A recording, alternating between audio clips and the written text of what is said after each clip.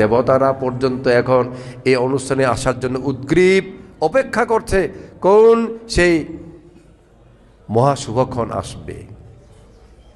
কারণ এক বুদ্ধ আবির্ভূত হবেন। রামাজাদি, জাদিকে বার্মিসে বলে জাদি অথবা ফরা। ফরা মানে বুদ্ধ, সেরগুং ফরা, সেরগুং জাদি। চুলে ফরা, চুলে জাদি। কবা এই ফরা, কবা এই জাদি।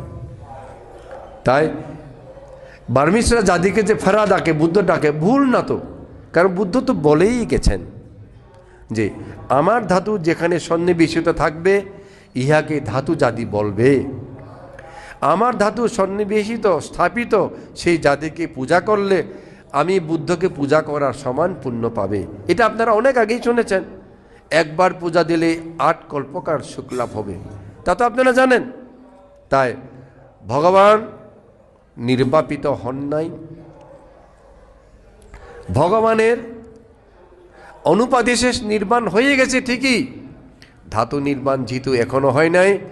ভগবান বুদ্ধ, গৌতম বুদ্ধ আমাদের মাঝে আছেন, জাতিতে আছেন, ওনার ধাতু এখানে আছে, ওনার শরীরের অংশ এখানে আছে।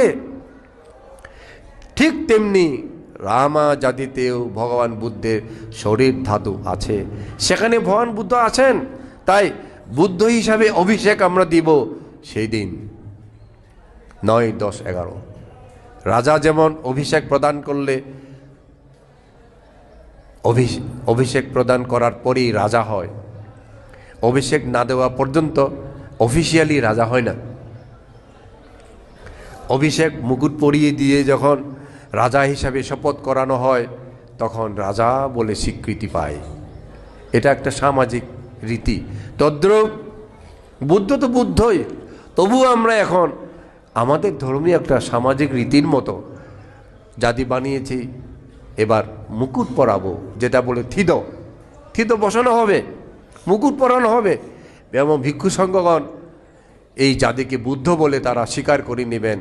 अनेका जाति संसारां संद विसां अनिबिसां गाहाकारा गावे शांत दुखा जाति पुनप्पनां এই গাথা আমরা বলবো এবং আমরা স্বীকার করে বন্দনা করব, হ্যাঁ ভগবান বুদ্ধ এই জাতি আমরা ভগবান বুদ্ধ হিসেবে মেনে নিয়েছি। এটা কেবল অভিষেক প্রদান, জীবন্যাস নয়। এইভাবে ভগবান বুদ্ধ অভিষেক প্রাপ্ত হবেন, আমাদের কাছে বুদ্ধ হিসেবে স্বীকৃতি পাবেন।